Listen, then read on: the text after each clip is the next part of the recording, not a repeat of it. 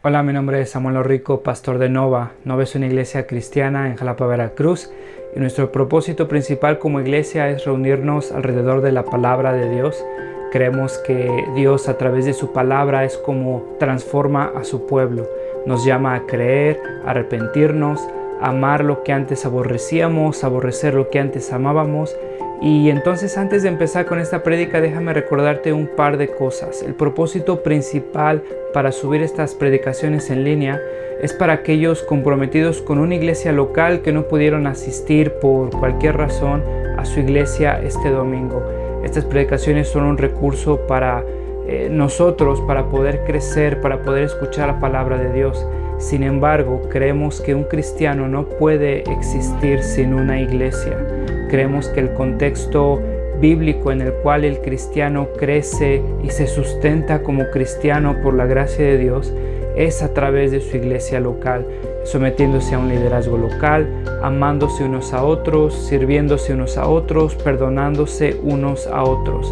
Un cristiano no puede vivir su vida cristiana simplemente consumiendo predicaciones en una pantalla de su televisión, de su computadora. Entonces te animamos a comprometerte con una iglesia local. Si no pudiste asistir a una iglesia este domingo, nos da gusto que estés viendo este video. Disfrútalo, nuestra oración es que te sea de bendición.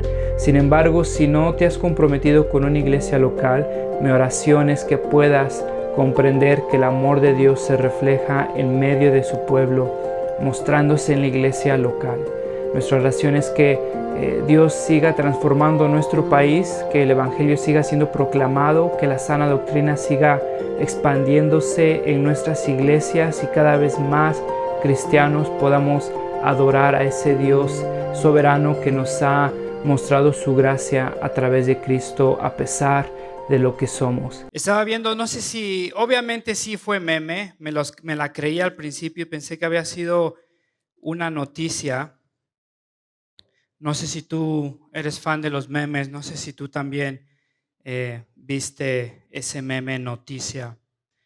Y era un edificio de almacén de Shane. ¿Sabes qué es Shane? Y estaba en llamas, estaba destruido por las llamas. Y estos edificios son muy grandes, abarcan kilómetros de construcción donde almacenan todo lo que venden. Y este edificio estaba destruido por las llamas y entonces abajo decía, fuego destruye almacén de Shane, valor total estimado de pérdida, 20 pesos. Si has escuchado de Shane o si ahorita pretendes que no sabes, está bien, está bien. Pero usualmente son cosas pues muy económicas, ¿no? Son cosas que tal vez ni siquiera se parecen ahí a la foto, pero son económicas, las compramos y prácticamente son desechables. Y la idea de este chiste era que tienen mucha cantidad tal vez, pero la calidad pues es muy poca. Me preguntaba, estaba escuchando esto, estaba leyendo esto y me preguntaba si todavía sigo pensando en lo que Jesús había dicho capítulos atrás sobre la prueba de la aflicción, sobre la oposición o las pruebas comprueban o prueban al cristiano. Me estaba preguntando, híjole, si el día de hoy llegara una prueba a la iglesia, el fuego de la aflicción a la iglesia, ¿qué revelaría en nosotros? ¿Cuál sería el valor de esta iglesia? ¿Cuál sería sabes, en el luchador decimos libra por libra? Un peleador libra por libra no tiene ni un gramo extra. Lo que pesa es lo que tiene, sale para esa competencia, músculo, energía, calorías. Sabes, nuestra iglesia, me pregunto, ¿cuál es nuestro peso libra por libra? ¿Cuál es nuestro peso verdadero. Tal vez serán 20 pesos, tal vez serán 2 creyentes, tal vez 3, tal vez 1. Sabes, Jesús está continuando, enseñándole a sus discípulos, instruyéndolos. Y te acuerdas, la semana pasada seguía hablando de la puerta estrecha y hablaba de las características del discípulo que ha de entrar en esa puerta. Misericordioso, humilde, atento.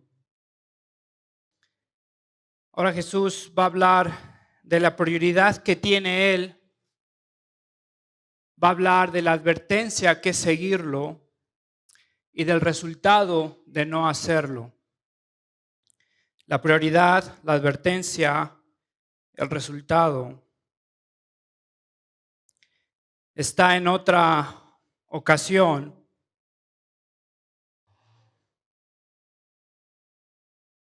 Cambia de audiencia. La semana pasada estaba hablando la casa de los fariseos, ¿te acuerdas? Lo invitaron a comer. Jesús confronta su hipocresía. Ahora, Lucas nos dice que la audiencia es diferente. Hay una gran multitud. Quiero que veas conmigo la prioridad que tiene Cristo sobre el discípulo. Es una audiencia diferente. Hay todo tipo de personas. Hay personas que simplemente están interesadas. Hay personas que están curiosas de escuchar lo que Él quiere decir. Hay personas que escuchan lo que está diciendo y les parece interesante. Hay discípulos que lo siguen porque han sido transformados por lo que Jesús es y ha hecho y ha dicho. Hay fariseos, hay saduceos. Si no sabe lo que es un fariseo, imagínate un grupo religioso, político, conservador. Ellos, por ejemplo, defendían la resurrección de los muertos, la inspiración de los libros proféticos. Ellos se oponían a cualquier relación contra los gentiles. Había los saduceos, que eran los más liberales, los izquierdistas, por así decirlos. Ellos negaban la resurrección, negaban la inspiración de los libros proféticos. Ellos no tenían ningún problema en relacionarse con los gentiles. Había de todo. Lucas nos dice que una gran multitud seguía a Jesús. Un montón de personas estaban detrás de Jesús. ¿Te imaginarás por qué? Jesús ha dicho un montón de cosas interesantes, ha hecho un montón de milagros. Ahora las personas lo están siguiendo. Imagínate la tensión que había. Diferentes intereses religiosos, políticos, diferentes necesidades, diferentes ideas de quién era Jesús. Versículo 25, seguían a Jesús grandes multitudes. Ahora, una multitud es muchas personas. Quiero que te des cuenta del énfasis que tiene Lucas en decir grandes multitudes. En otras palabras, un montón de personas. Imagínate que yo te dijera un montón de montones. Estoy haciendo un énfasis. Muchísimas personas lo estaban siguiendo. Ahora, estaba leyendo este versículo y estaba pensando, híjole, ¿no es el anhelo de todo cristiano? Imagínate que de pronto en tu iglesia empiece a venir un montón de personas. Empiecen a escuchar de Cristo y empiecen a invitar a otras personas. Ahora, ¿no crees que tendría una diferencia en tu ánimo o en tu compromiso el ver que tu iglesia se empezaría a llenar? Imagínate, me estoy muriendo acá. Imagínate que tuviéramos que abrir otro servicio. Nos reunimos el domingo a las 12, sale, bueno, tenemos que abrir otro a las 9. Imagínate que se llena. Y entonces decimos, ¿saben qué? Vamos a poner más sillas. Y se llena. Y entonces empezamos a abrir servicios los sábados. Imagínate, luego yo fantaseo así, fantasea conmigo. ¿Qué harías? ¿Sabes? Empezaríamos a pensar en un local más grande. Tal vez construir algo que sea grande. Imagínate, a veces, te lo confieso, yo a veces eh, fantaseo y paso por Costco y digo, híjole, imagínense que Costco quede en quiebra y por casualidad del destino Nova se quede con el edificio. En serio, yo ya tengo planes. O sea, imagínate, sería padrísimo tener ahí un lugar para los niños, jóvenes, salones, un auditorio. eh, en verdad, sería padrísimo. Llegamos ahí, vemos una iglesia llena, vemos diferentes ministerios, diferentes grupos. Hay incluso gente ahí, ballet parking, imagínate. ¿Qué haría cualquier cristiano en esta situación? Ve grandes multitudes siguiendo a Cristo. ¿Sabes? Cualquier cristiano, te diría más o menos racional, empezaría a preguntar, bueno, ¿cómo mantenemos por lo menos este número de gente? ¿Cómo evitamos que esta iglesia implosione? ¿Cómo entonces cuidamos a la gente para discipularla, para multiplicarlos, para plantar otras iglesias? ¿Cómo crecemos como iglesia? Sería lo más lógico pensar, ¿no? Fíjate lo que hace Jesús. Seguimos en el versículo 25. Y él se volvió y les dijo, para ahí, ¿qué te imaginas que les habrá dicho? Vengan al servicio de consagración el sábado a las 6 y se comprometen a estar en la iglesia. O sabes, Santiago, Pedro, échense unas rolas bien llegadoras, vamos a una alabanza bien inspirada y vamos aquí a un servicio de bautizos espontáneos. Y sabes, puedes escribir tu nombre en tu Biblia. Te bautizaste espontáneamente, alzaste la mano, gloria a Dios, escribe tu nombre, Pau. Eres salvo, perteneces a la iglesia. Y él se volvió y les dijo, imagínate la escena, un montón de gente siguiéndolo. Jesús se para, se voltea y dice, si alguno viene a mí y no sacrifique en amor a su padre y a su madre, a su esposa, a sus hijos, a sus hermanos, a sus hermanas, y aún su propia vida, no puede ser mi discípulo. Me pongo a pensar en la reacción de sus discípulos. ¿Qué haces, Jesús? Tal vez sabrás mucho de teología, pero poco de marketing. Sabes mucho de teología, pero te falta un cursito ahí de community manager, de relaciones exteriores, de relaciones sociales. ¿No ves la cantidad de personas que nos están siguiendo? Imagínate lo que podrían haber hecho con tanta gente. Imagínate lo que sería el movimiento cristiano en ese entonces si tanta gente se juntara ahora profesando fe en Cristo. Jesús se voltea y les dice otro dicho difícil, algo que los contraría, algo que va a causar un cortocircuito en sus corazones, en sus mentes. Y sabes, la nueva versión internacional dice, no sacrifiquen en amor a su padre y a su madre. Ahora esta frase literalmente no está en el griego, literalmente dice aquel que no aborrezca. No sé por qué la nueva versión internacional lo tradujo, no sacrifiquen amor, tal vez pensaron que era menos extremo, pero si sacrificas en amor, pues terminas sacrificando, ¿no es cierto? Me vino a la mente la escena de Abraham y Isaac. Cuando te acuerdas, Abraham estaba sacrificando a Isaac. Nadie podría en duda que Abraham amaba a Isaac. Sin embargo, ese amor hace de la escena aún más desgarradora, ¿no te parece? Porque sea en amor o no, es un sacrificio, es renunciar a eso, es entregárselo a Dios.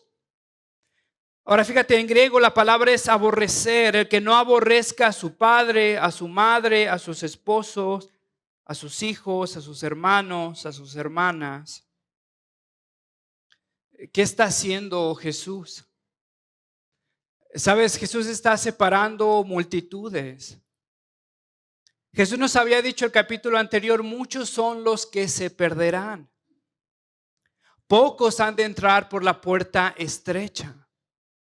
Y algunos llegarán y me dirán, pero Señor, comí contigo. Señor, tú nos enseñaste. ¿Y te acuerdas lo que dice el capítulo 13? Pero yo les diré, jamás los conocí. Había muchos interesados y sus intereses variaban. Un interés intelectual, un interés emocional, un interés físico. Pero mira, te voy a decir algo y espero que pongas atención. Mira, el que una persona tenga un interés por Jesús, ya sea que esa persona tenga un interés físico, un interés emocional, un interés intelectual, no lo hace un discípulo de Cristo. En otras palabras, que las personas se amontonen detrás de Jesús porque quieran ver un milagro en sus vidas, en sus cuerpos, no los hace un discípulo de Jesús. El hecho de que quieras que Jesús haga algo por ti no te hace un discípulo. El hecho de que creas que Jesús pueda hacer algo por ti no te hace un discípulo. Grandes multitudes estaban siguiendo a Jesús. Estaban interesados, estaban emocionados, estaban enfermos, estaban desanimados. Pero sabes, Jesús nos está diferenciando lo que caracteriza a un discípulo de una gran multitud. Y el discípulo tiene sus afecciones ordenadas. El discípulo ama a Jesús por sobre todo. El discípulo ha probado la gracia de Jesús y nada se compara a lo que Dios le ha ofrecido. El discípulo ve la cruz de Cristo y ve la justicia de Cristo y nada de lo que vea en este mundo se compara con eso. El discípulo se da cuenta que Dios lo ha descubierto de la mundanalidad y del pecado y lo ha rescatado. Ahora el discípulo encuentra su satisfacción, su identidad en lo que Dios dice de él, no en lo que las redes sociales dicen de él. No en lo que su trabajo dice de él, no en lo que las otras multitudes dicen de él. En otras palabras, hermano, el discípulo es aquel que tiene sus afecciones ordenadas y ama a Jesús por sobre todo, incluso su familia. Sabes, el que desees que Jesús te resuelva tus problemas no te hace un discípulo. Ni el que creas que Jesús lo puede hacer te hace un discípulo. Sabes, mi pregunta el día de hoy para cada uno de nosotros es: ¿eres un discípulo o uno de la gran multitud? Porque el hecho que estés aquí esta mañana no te hace un discípulo. Sabes, incluso me atrevería a decir, el hecho de que ores a Jesús que resuelva tus problemas no te hace un discípulo. Ni el que creas que Jesús los pueda resolver. Sabes, el discípulo tiene sus afecciones cristianas moldeadas, quebrantadas, restauradas y confiesa que Cristo es supremo. Jesús había hablado anteriormente de la prioridad que tiene. Fíjate lo que dice Lucas capítulo 12, versículo 53. Se enfrentará el padre contra su hijo y el hijo contra su padre, la madre contra su hija y la hija contra su madre, la suegra contra la nuera y la nuera contra la suegra. Y no sé si te acuerdas, pero había hablado que en este contexto sí es chocante para nosotros, es 10 veces más chocante en ese contexto. Antes la familia era central, aún más central de lo que es hoy. Y era un movimiento, te diría, conservadurista, artificial. Por ejemplo, en Roma se creía que el imperio romano y la fortaleza residía en la familia. Entonces cada hombre respetable tenía una familia. No importaba si frecuentabas ahí hombres o si tenías un montón de hijos ilegítimos, si tenías un montón de mujeres ilegítimas, no importaba, mientras mantuvieras ahí tu familia, entonces mantenías el imperio romano. Para los judíos no era diferente. Para los judíos había un desprecio hacia las mujeres, había un maltrato hacia las mujeres. Jesús después critica cómo pensaban acerca del matrimonio y el divorcio. Y no importaba que entonces tu vida familiar fuera un fiasco, para ser un judío respetable, entonces tenías que tener una familia. Jesús ve a través de toda esta farsa. Jesús va directo al corazón de cada uno de nosotros. Jesús está hablando a aquellas personas que están convencidas o que se han convencido que son discípulos de Cristo, pero sus afecciones, sus intereses, su corazón revela otra cosa.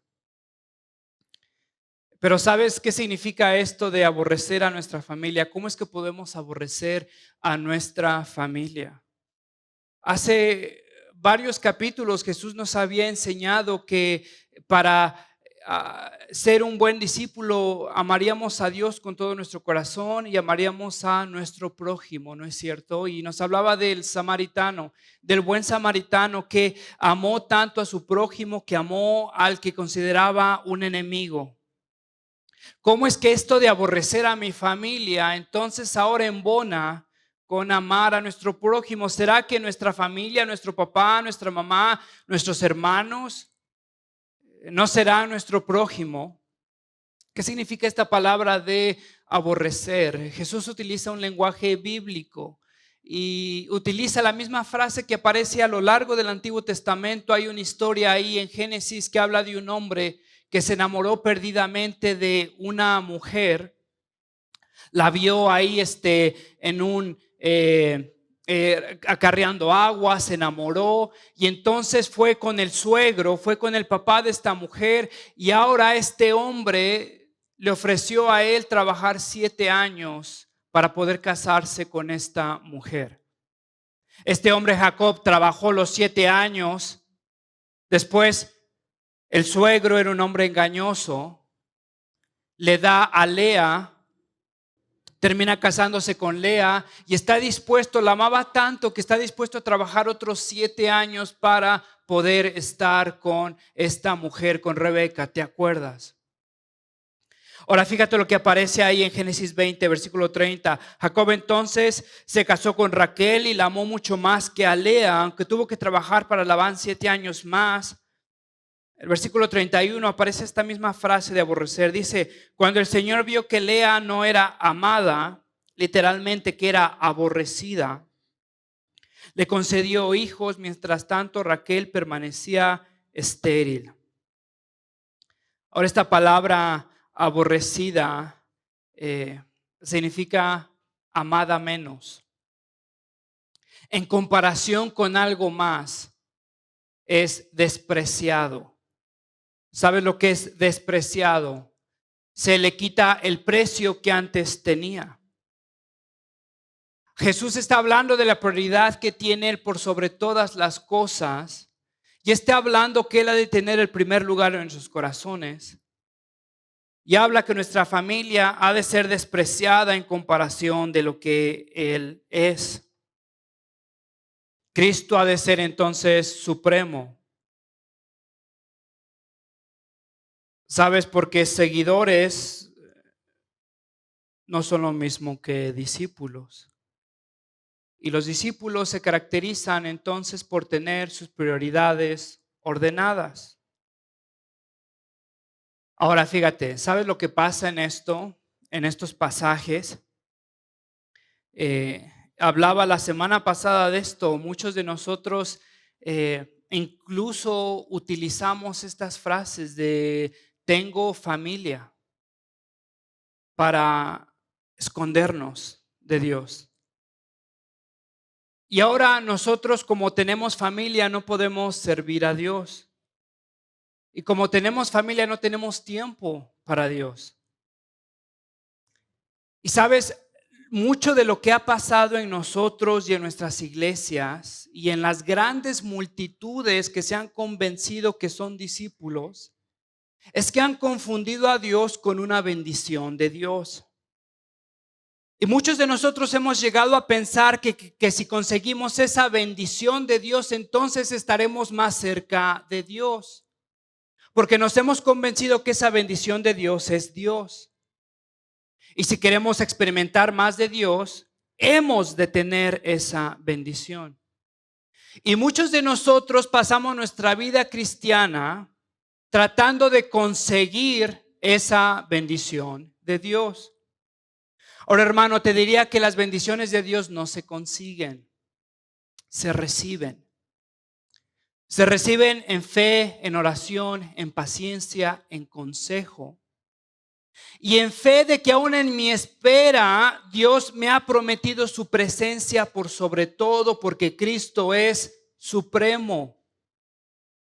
Ahora, fíjate lo que pasa, que muchos de nosotros nos hemos esforzado tanto por alcanzar una bendición de Dios y le hemos conseguido, y ahora utilizamos esa bendición de Dios para escudarnos a servir a Dios porque tenemos familia.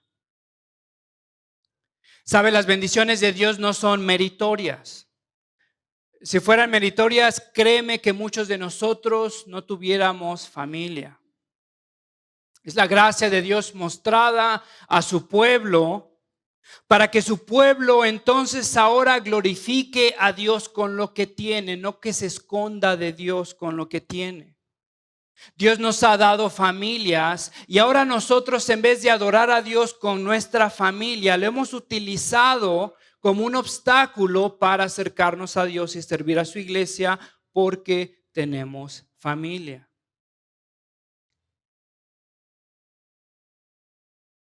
Sabes, Dios nos ha prometido en el Evangelio a su Hijo y nos lo ha dado. Nos ha prometido la presencia de su Espíritu y nos las ha dado. Nos ha prometido la redención de nuestros pecados y nos la ha dado. Nos ha prometido la transformación de nuestros corazones y lo está haciendo. Y a algunos les dará familia, a otros no. Y la familia jamás ha de ser un pretexto o un obstáculo para servir a aquel dador de esa bendición. Pero sabes, muchos de nosotros hemos amado las bendiciones de Dios más que a Dios. Muchos de nosotros nos hemos confundido y nos hemos convencido a nosotros mismos que para ser un cristiano necesitamos tener una familia. Que para ser un cristiano necesitamos obtener esa bendición de Dios. Y Jesús lo que está diciendo es lo que caracteriza al discípulo, al cristiano. Son sus afecciones ordenadas, sus prioridades. Cristo es supremo. Muchos de nosotros, y tal vez entendible, decimos que no queremos tener familias disfuncionales y nos queremos afanar en el servicio de la iglesia. Ahora te diría, lo que es la realidad es que más de nosotros necesitamos servir a la iglesia más, no menos. Pero sabes, esa familia disfuncional de la cual nosotros muchas veces utilizamos como pretexto para no servir o no comprometernos, te diría que más de un reflejo a mucho amor a la iglesia, te diría que sería no suficiente amor a Dios y a su iglesia. Una incapacidad de mostrarle a tu familia lo grandioso que es Dios. lo satisfactorio que es servir a su iglesia, lo hermoso que es entregar tu vida al servicio de la iglesia. Sabes, muchos de nosotros, me atrevería a decir, si amáramos a Dios más, amaríamos más a su iglesia y ese amor entonces se desbordaría a nuestras familias. Y ahora, en vez de tratar de dividir tiempo para la familia o para la iglesia, incluiríamos a nuestra familia aquello que amamos, aquello que nos satisface. Sabes, tengo un amigo que está obsesionado con las carreras y tiene un coche NASCAR. Y sabes, es interesante que todos sus hijos crecieron anhelando tener un coche NASCAR, ahorrando para comprarse un coche NASCAR, pagando la licencia para la pista. Y no creas que son profesionales, son amateurs. Y la cantidad de dinero que gastan, que ahorran al año por alimentar esa pasión. Y me pregunto, ¿de dónde habrán aprendido a amar NASCAR? Sabes, muchos de nosotros somos más eficientes enseñándole a nuestros hijos a amar un domingo de fútbol que adorar a Cristo en la iglesia. Y sabes, esa familia disfuncional es un reflejo de nuestro corazón, no de un amor desbordado hacia Dios, hacia su iglesia. Fíjate lo que Jesús continúa diciendo: el que no carga su cruz y me sigue no puede ser mi discípulo. Ahora, esta frase muchas veces se ha utilizado, tal vez si te cae mal a alguien, dices, esta es mi cruz, voy a cargar mi cruz. O si tú le caes mal a alguien, eres la cruz de esa persona. Tal vez si tienes un trabajo difícil, lo utilizas como esta es mi cruz, es la cruz que Dios me ha dado, voy a cargar esta cruz. Pero sabes, en el contexto no es lo que Jesús está diciendo. Jesús, ¿te acuerdas que ha de cargar su cruz? Y cuando carga su cruz está condenado a muerte. El día en que Jesús levanta su cruz, ya no hay opción para librarse. Ya sabe que va a ser crucificado. Tiene una sentencia de muerte. Es como si fuera un enfermo desahuciado. Ya tiene la sentencia sobre su cabeza, ¿sale? Jesús nos está hablando que seguirlo es considerarnos muertos. Es tener esa sentencia de muerte sobre nuestras cabezas. Lo que Pablo dice en Gálatas 6: en cuanto a mí, jamás se me ocurra jactarme de otra cosa, sino de la cruz de nuestro Señor Jesucristo, por quien el mundo ha sido crucificado para mí y yo para el mundo. Cuando estaba en Estados Unidos, me acuerdo que mi pastor estaba enfermo de cáncer, tenía cáncer de cerebro. Imagínate, no sé qué parte del cerebro, creo que del lóbulo central, del lóbulo frontal, no me acuerdo, pero tenía cáncer, no sabían si le iba a librar, tenía que tener cirugía, tenía que tener tratamiento. Y me acuerdo cómo nos platicaba que su sentencia había cambiado tanto su forma de ver las cosas, porque ahora incluso las cosas que sabe o que sabía que vendrían el próximo mes, él se sabía fuera de esos planes. Sabes, los gastos que se vendrían el próximo mes, las películas que se vendrían el próximo mes, las cosas que yo hubiera planeado el próximo mes habían sido cambiadas radicalmente por ese diagnóstico, por esa sentencia de muerte. Ahora me pregunto, hermano, si la realidad de lo que es Jesús y la realidad de lo que nos ha llamado a hacer y las palabras que nos está predicando esta mañana tienen el mismo efecto en nuestro corazón de considerarnos muertos a los planes de este mundo, a los intereses de este mundo, a los deseos de este mundo, a las afecciones de este mundo. De la misma manera, cualquiera de ustedes que no renuncie a todos sus bienes no puede ser mi discípulo. El discípulo no se caracteriza por si se acerca a Dios por un milagro. El discípulo se caracteriza por amar a Dios más que a su familia, más que a su vida, más que a sus posesiones. Un comentarista, Darrell Bock, fíjate lo que dice: el amor a las posesiones es potencialmente el peligro más destructivo para el discípulo. El amor a las posesiones es potencialmente el peligro más destructivo para el discípulo. Y continúa, porque la pregunta no es ¿qué es lo mínimo que puedo entregar a Cristo?, sino cuánto merece mi Dios. Y si Jesús nos ha demostrado que es la posesión más valiosa y sus promesas son reales y su gracia es constante, la pregunta entonces no sería ¿qué es lo mínimo que puedo entregarle a Dios? ¿Cuánto es que mi Dios merece? Jesús nos está diciendo, merece absolutamente todo. Las personas que más amas, tu vida, tus posesiones. Vemos la prioridad, quiero que veas conmigo la advertencia y nos habla de dos ilustraciones, dos historias. La primera es de aquel hombre que se animó a construir una torre, una barda de seguridad ahí en su casa.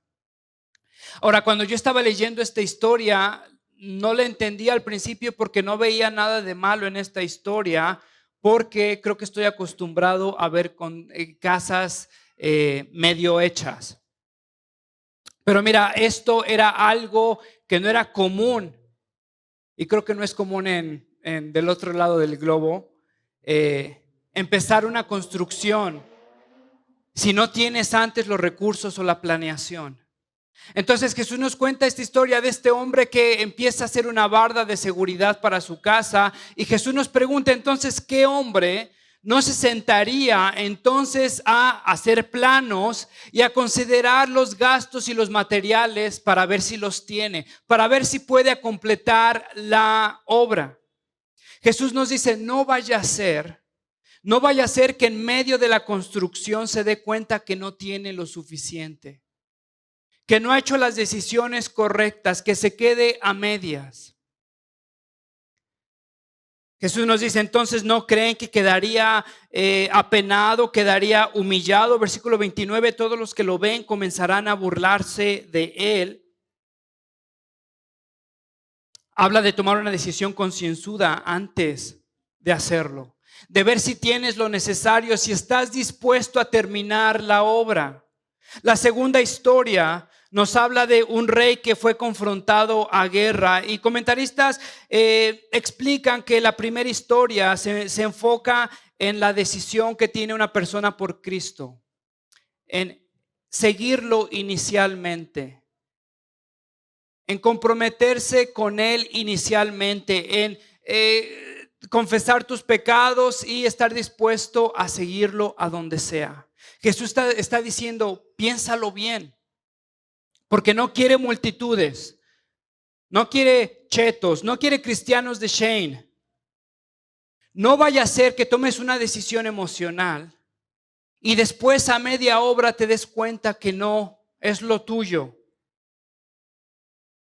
La segunda, dicen comentaristas, que está hablando de un cristiano ya en medio de su vida cristiana cuando enfrenta una prueba, una tentación.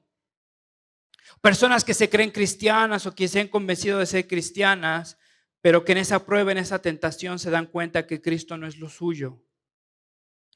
Y nos cuenta esta historia de un rey que fue empujado, fue forzado a defenderse, a presentar guerra. Y Jesús nos pregunta, ¿no sería cualquier rey racional antes de enfrentarse con otro rey?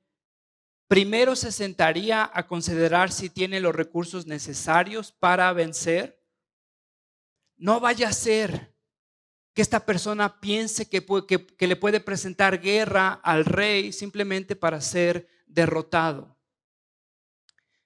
Comentaristas hablan que esta podría ser una aplicación a muchas personas, no quiero decir cristianos, a muchas personas que han dejado la iglesia, han dejado la fe después de experimentar la disciplina del rey, después de irse a la guerra con el rey, de perder y ser derrotados por el rey. Después de estar dispuestos a rebelarse contra Dios, Dios los ha vencido, los ha disciplinado, los ha quebrantado y ahora se dan cuenta, esto no es lo mío. ¿Sabes? Estas dos historias tienen lo mismo en común. Jesús no quiere multitudes. Jesús quiere discípulos y antes de seguirlo, Jesús está diciendo, piensen primero lo que van a hacer. Porque el discípulo ha de amar a su familia, va a de amar a Cristo más que a su familia, a las personas que ama más. Porque ha de amar a su vida más, ha de amar a Cristo más que a su vida, ha de amar a Cristo más que a sus posesiones.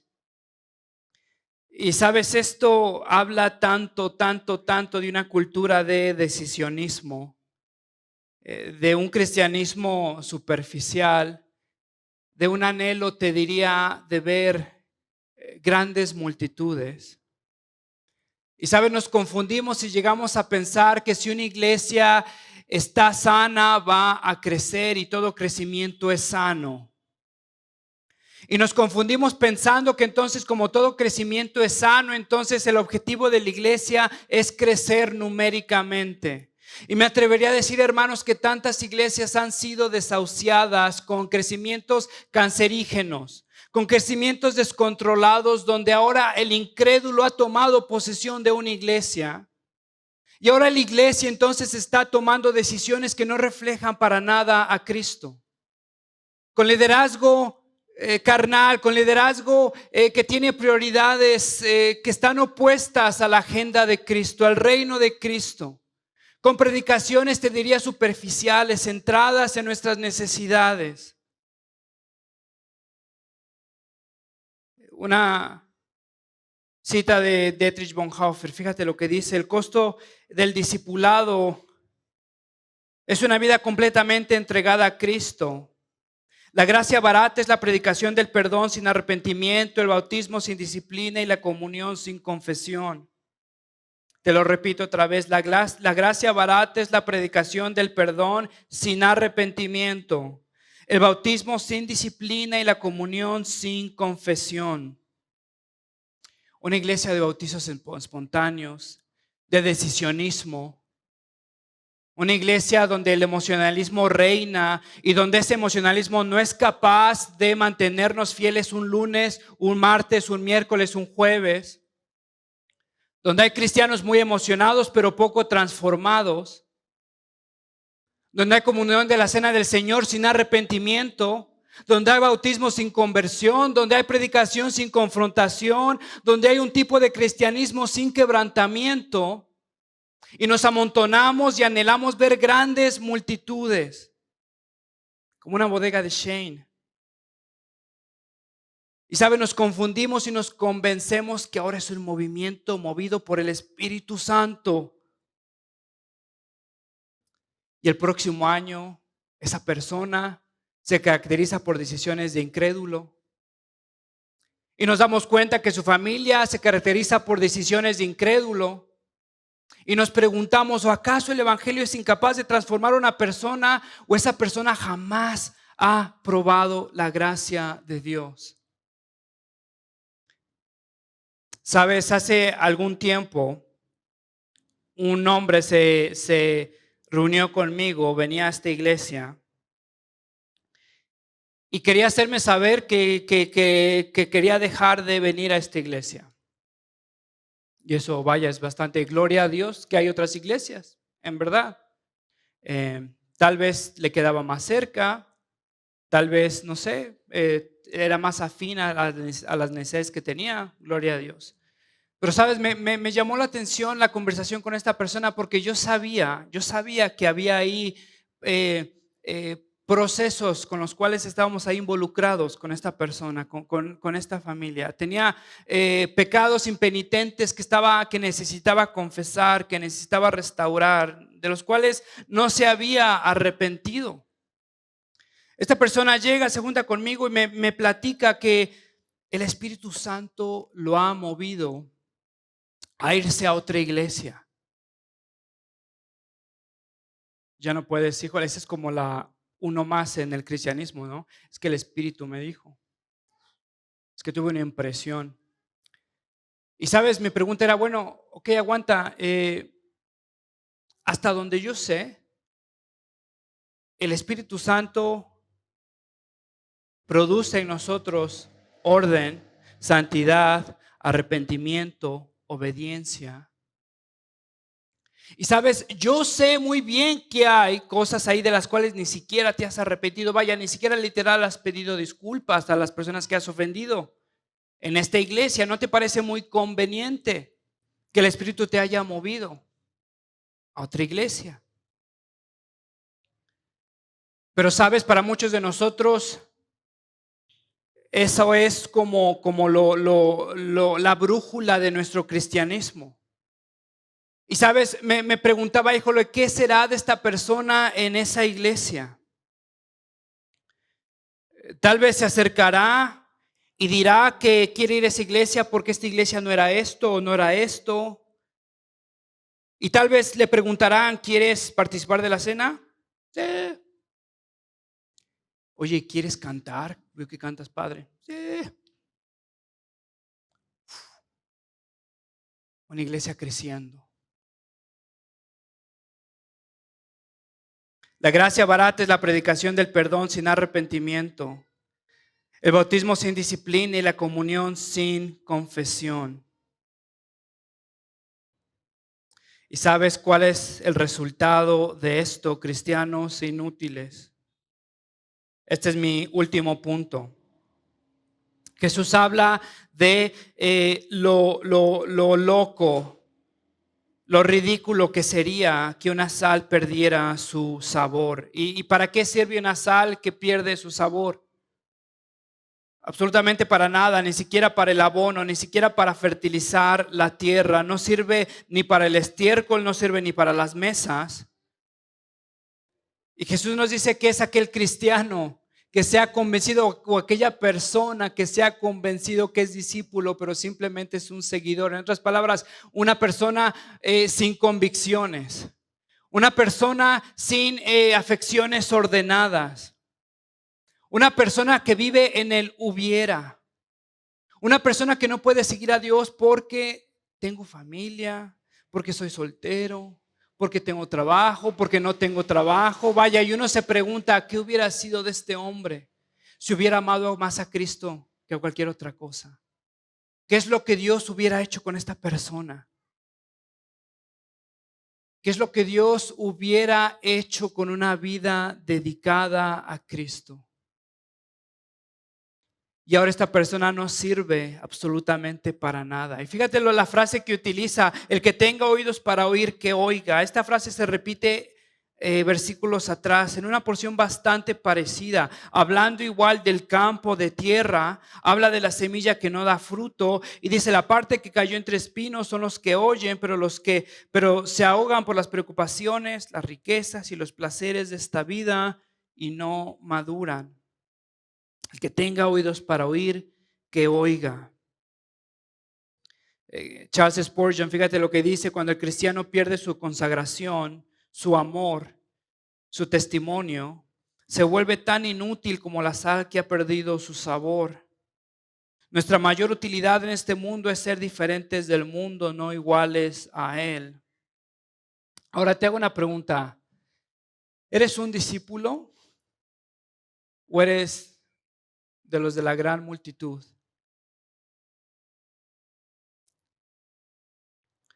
Sabes, Cristo no escatimó el ser igual a Dios. Cristo tenía sus afecciones ordenadas.